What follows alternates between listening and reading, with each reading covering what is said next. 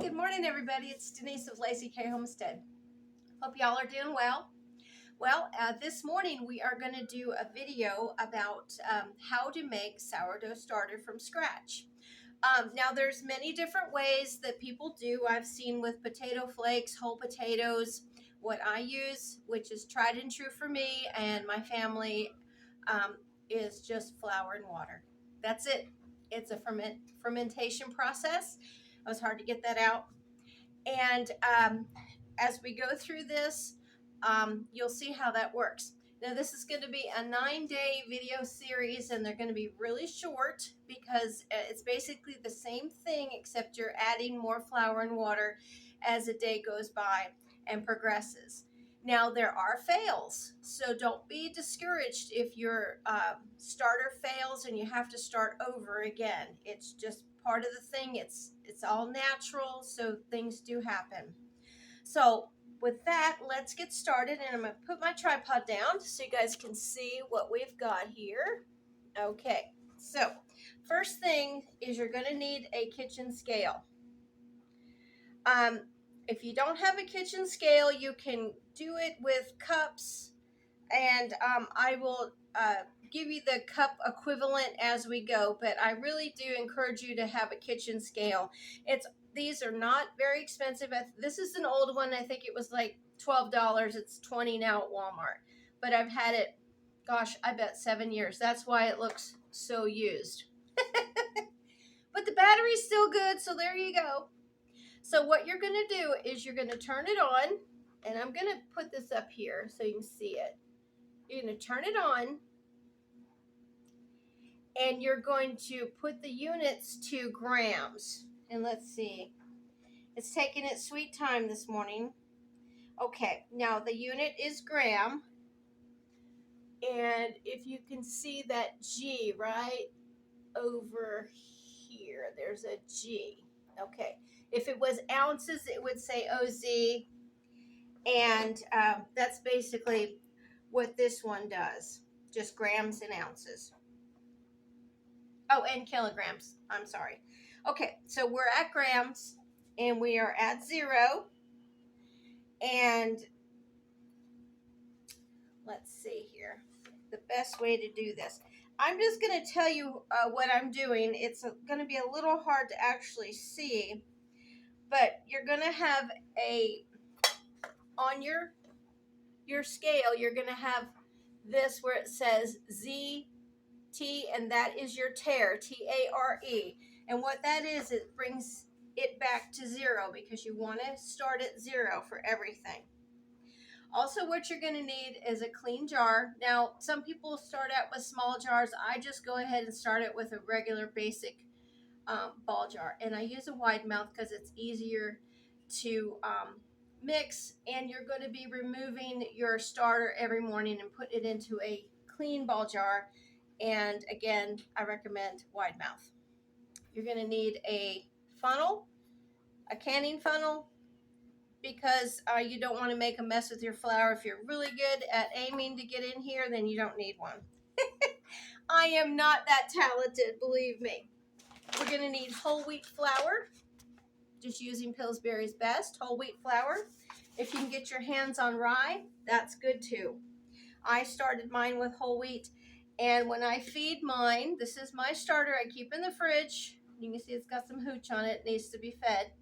I feed mine with all-purpose now, and this is over 3 years old now. I just keep feeding it. And what also you're going to need is some distilled or spring water. I highly recommend not to use tap water because tap water has chemicals in it, and it can kill your starter. The chlorine or whatever that you can kind of smell in tap water. We live in a very rural community, but we do have city water, so I don't use it for this. I also don't use tap water when I'm making soap, just because of the chemicals in it. I don't know what they are, and I don't want a reaction in anything that I do. So let's get started. Let me put this back down so y'all can see what I'm doing. All right, I have got a spoon and a spatula to mix. All right, so what we've got here is I've got this down on 0 and I'm at grams. So I'm going to put my ball jar on there, and that's going to weigh the ball jar. So you want to go ahead and tear that down to 0, real easy. And we are going to start, and now I'm going to put this on, and it's going to, again, it's going to have a weight, so tear it back down to 0. I could have done that in one step, but I didn't. We are going to start with 50 grams. Okay. And it's just going to read 50 on here, 50. So I'm going to go ahead and put that in here, and we are doing equal water and equal flour. Okay, that was 1 heaping tablespoon, so it was 22.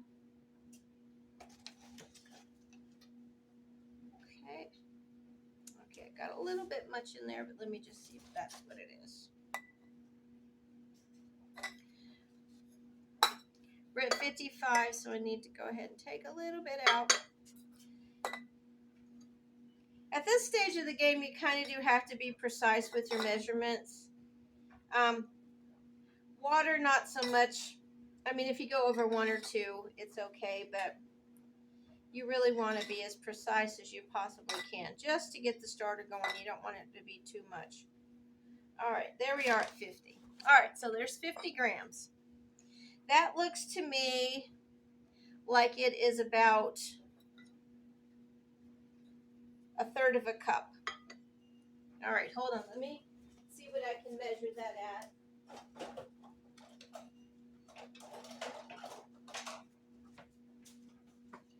And I'll pour it in here. Yep, so 50 grams is 1/3 cup. Okay, of flour. Okay, so we're back down to Tare. And we're going to go ahead and put 50 grams or milligrams of water. I mean milliliters. Okay, so I want to make sure it's on 0. And we're just going to pour that in there until it comes to 50. And there we are. Okay, we're at 50. Turn off my scale. And we are going to mix this. And you want to mix it till it's nice and smooth. You want to make sure that you get out all your little lumps, all your dry bits of flour.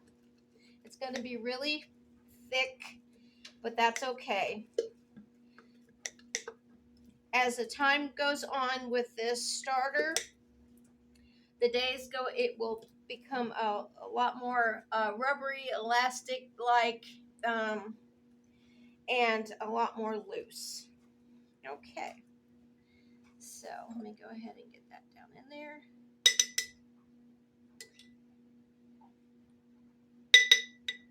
So, this is the beginning of our starter. It looks just like a lump of flour and water, and that's basically all it is.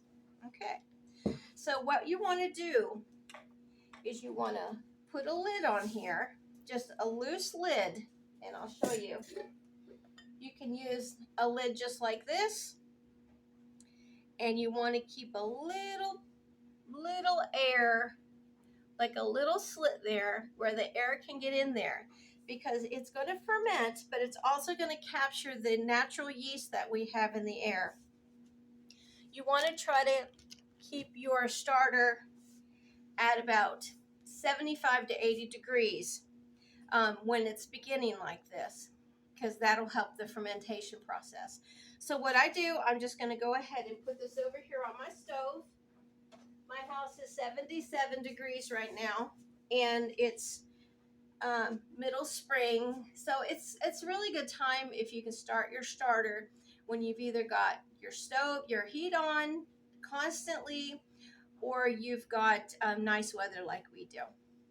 So that's it for today, and tomorrow we will come back and we will transfer it to another jar, and we will see how it is. So hope y'all like this video. I was actually asked to do this video, so we will continue on, and it's just great because you can keep it forever. Like I told you on my other video, my auntie had hers for over 50 years. So that's pretty cool, isn't it? Anyway, y'all have a great day. Thanks for joining me in my videos. Like, share, and subscribe if you would. I'd really appreciate it. See you later. Bye.